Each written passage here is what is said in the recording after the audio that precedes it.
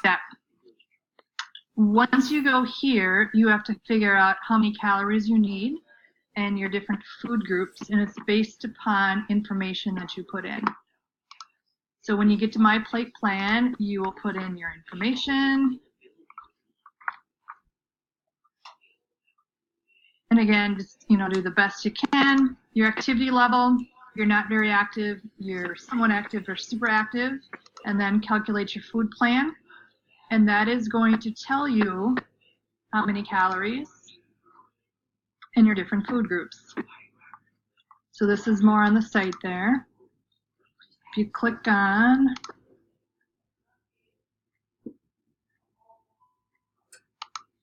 the calories, then it will show you, based on those 5 things, how many calories you need a day in your different cups. This is the information you will need to create your healthy meal plan. You need to submit this to me in Schoology. So you'll see View as a PDF. You click on that.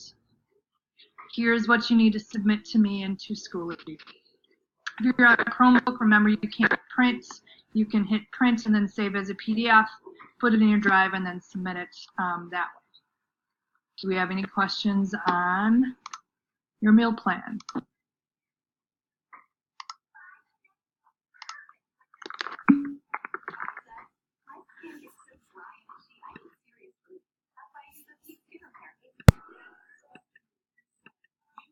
So at the very top here, how many calories you need, what is recommended, and then all of your groups. That was coming from your PDF. I need 2,400 calories in a day, and here are all my groups. So basically, you were just going to take this information and plug it into the top.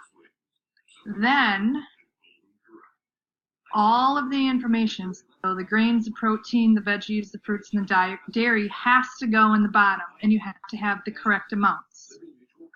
This isn't what you eat, this is what you should be eating. So there is an example in Schoology of what a finished one should look like. And again, don't just copy mine, but let me show you what it looks like.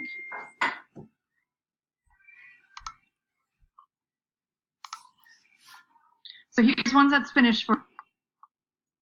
So throughout breakfast, lunch, dinner, and a snack if you need it, I should see 7 ounces of grains, 3 cups of vegetables, 2 cups of fruits, 3 cups of dairy, 6 ounces of protein, and don't worry about the teaspoons, they have taken that off my plate.